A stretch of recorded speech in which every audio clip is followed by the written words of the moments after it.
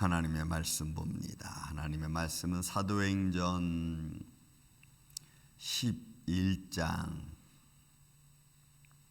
27절에서 30절에 있는 말씀입니다.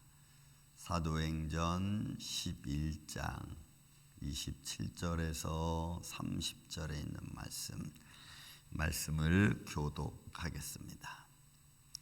그때의 선지자들이 예루살렘에서 안디옥에 이르니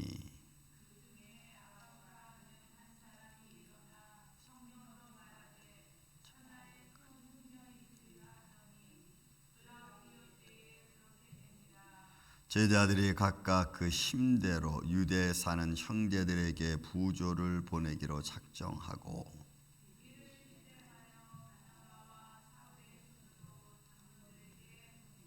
아멘.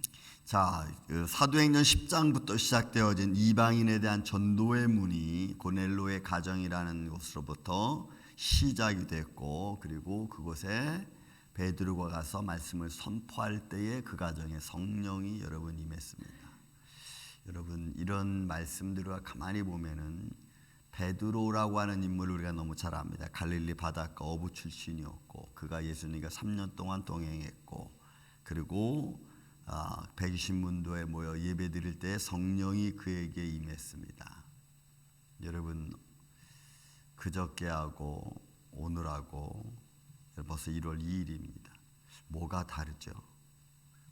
저녁이 되고 아침이 되니 첫날이라 라는 말씀처럼 날은 변함이 없는데 괜히 우리 기분이 뭔가 좀 새로운 2024년에 이루어질까라고 하는 그런 마음이 있잖아요. 이런 삶은 뭐 모양이 달라진 것도 없고 옷을 입는 것도 달라진 것도 없고 삶의 현장은 달라진 게 없습니다. 그냥 마음이 조금 좀 들뜬 것 같은 그런 마음이 있죠. 왜 이 말씀을 드리냐면 베드로의 모습도 여러분 다르지 않습니다. 그러나 성령님이 그와 함께하고 또 성령님이 그의 삶을 주관하고 성령님의 역사하심을 따라 주님과 동행하는 삶을 사는 베드로의 모습은 성령님이 역사하실 때와 역사하지 않을 때와는 완전히 다릅니다. 그죠? 이제는 그가 그의 입으로 어떤 말을 또 복음을 통하여 전달되어지는 그 놀라운 그의 말 속에 성령님이 역사해 주셔서 결국은 여러분 고넬로 가정으로부터 시작된 이방인 전도는 여러분 하루하루가 다르게 달라지고 또 그의 입술을 통하여 선포되어지는 말씀을 따라서 많은 사람들의 회개와 역사가 일어나고 그리고 기적과 표적이 그의 뒤를 따라 일어납니다. 베드로는 달라진 게 없습니다. 그런데 성령님이 그와 함께 하시니까 그의 삶은 완전히 달라지죠.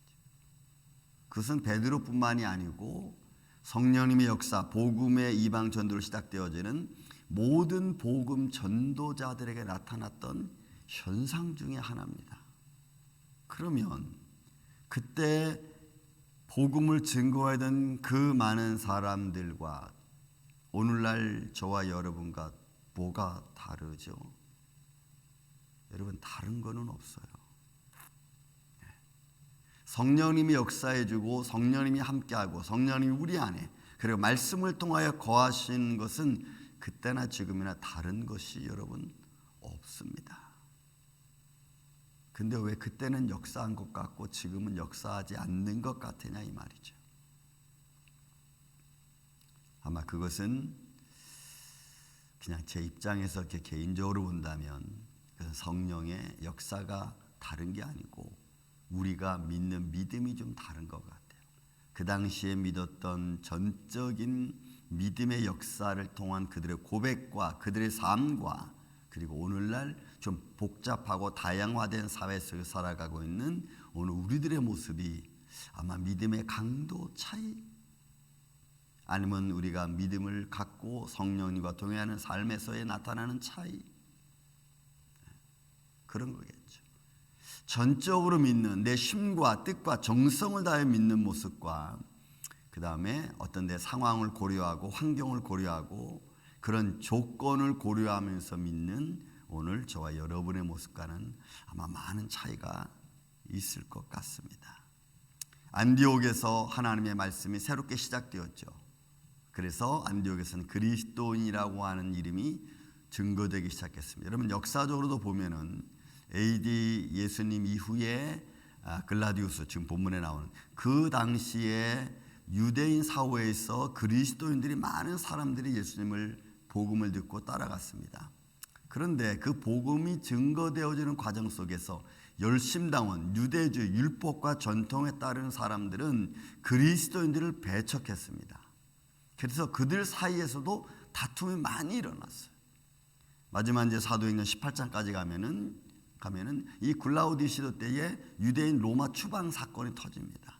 그것은 유대인들 사이와 그리스도인들 사이 똑같은 유대인인데 어떤 이는 그리스도인으로 어떤 이는 전통과 율법을 따른 사람들과 계속 그들의 다툼이 일어나고 환란이 일어나고 그 때문에 분쟁이 일어나니까 로마 사회에서 그들을 내쫓아버렸습니다.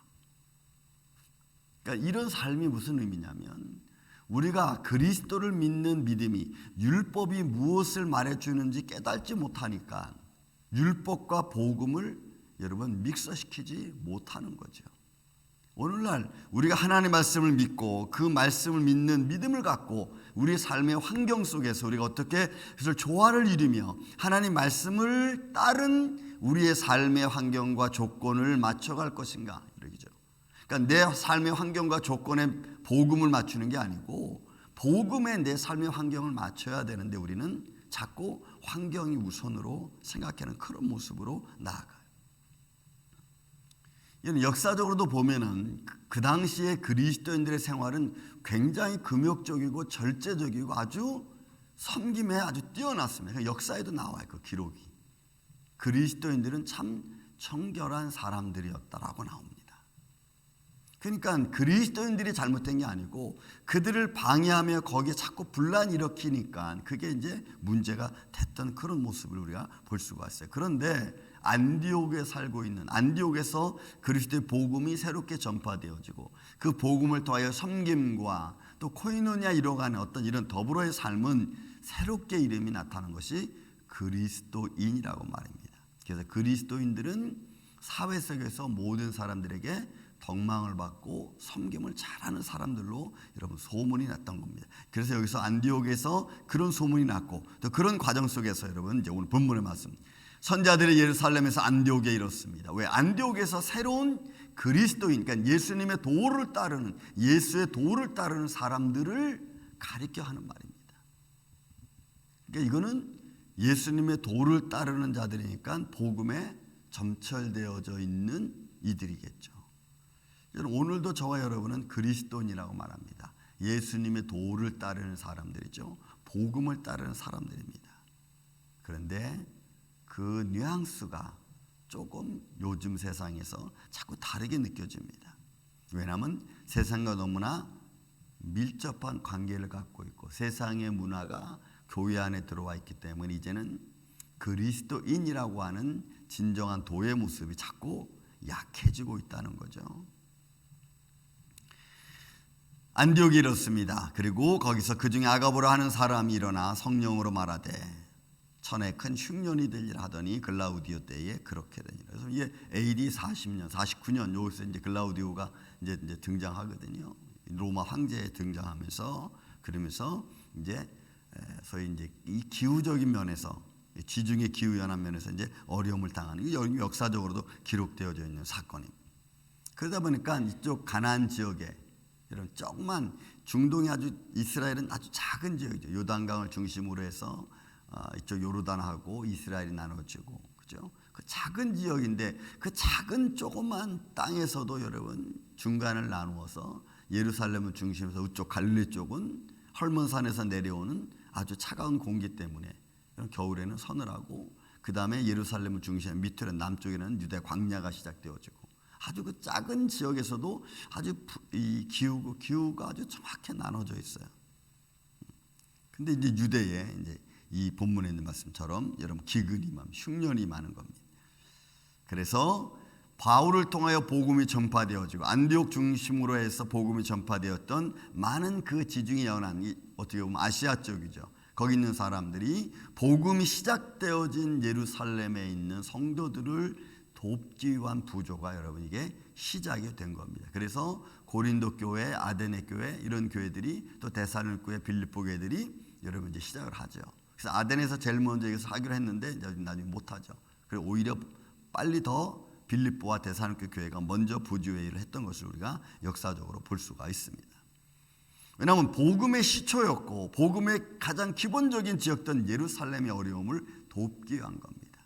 그래서 여러분 교회는 이 코이노니아가 가장 중요합니다. 코이노니아를 이루어갈 때 거기서 여러분 사랑을 나누는 것도 혼자 사랑을 나눈다고 말하면 이게 말이 안 되죠. 그러니까 나눔이라고 하는 것은 하나님의 말씀이 이루어져가는 과정 속에서 나타나는 현상입니다. 나눔이 없는 교회는 있을 수 없고 나눔이 없는 사랑도 있을 수 없고 나눔이 없는 섬김이나 뭐 절제, 충성 이런 것들은 있을 수 없습니다. 나눔이라는 걸 통해서 다 그런 것들이 이루어지는 겁니다. 그러면 여기서 오늘 부조의 일을 감당합니다. 교회마다 그죠? 함께 모여서 서로 도와줘. 그래서 교회는 가장 중요한 세 요소가 있죠. 말씀 선포가 교회는 있어야 되고 그다음에 선교와 구제가 반드시 교회가 해야 될 세 가지 덕목 중에 하나입니다. 그래서 이 부조하는 일은 오늘날도 교회는 이런 모습의 교회의 핵심 요소를 저버릴 수가 없는 겁니다. 그래서 제자들의 각각 그 힘대로 유대에 사는 형제들에게 부조를 보내기로 여러분 작정했습니다. 여러분이 봉사하는 일이요. 그러니까 선교 오늘날 우리 교회가 선교하는 것처럼 선교회를 하는 겁니다. 그리고 그 일을 감당하기 위해서 이를 실행하여 바나바 바울의 손으로 장로들에게 보내집니다. 그러니까 선교사를 선별을 하고 또 그것을 통해서 오늘날 이 시대는 이제 선교사를 통해서 또 보내는 선교, 가는 선교 뭐 이런 여러 가지 이름을 나누어서 선교 활동을 하는 겁니다. 여러분 이 선교를 꼭 교회만 하는 거겠습니까? 개인적으로도 하죠. 월드비전 같은 경우에는 1인당 개인적으로 얼마씩 이렇게 매달 개인적으로도 이거 보면 하죠. 그래서 선교는 교회라고 하는 그다음 하나님의 자녀라고 하는 모든 교회로부터 시작해서 작게는 개인에 이르기까지 선교는 그렇게 시작이 됩니다. 우리 교회도 도미니카 선교할 때 여러분 개인이 다 하잖아요. 1인당 한 달에 30불씩 해가지고 다 보내고 있지 않습니까? 그러니까 개인으로부터 시작해서 교회 이르기까지 단체 이르기까지 하나님의 일을 감당하는 사람들은 코이노니아라고 하는 더불어 나눔이라고 하는 것에서 우리가 복음을 같이 나누고 복음만 나누는 게 아니라 그들의 삶을까지도 같이 나눌 수 있는 어떻게 보면 이것도 봉사 부조의 일이죠. 오늘날 저와 여러분이 하는 것 여러분 개인이 하는 것 다 모든 것 거기에는 그리스도의 사랑이라고 하는 놀라운 아주 보이지 않지만 실행되어지는 하나님의 뜻이 담겨져 있는 줄로 믿습니다.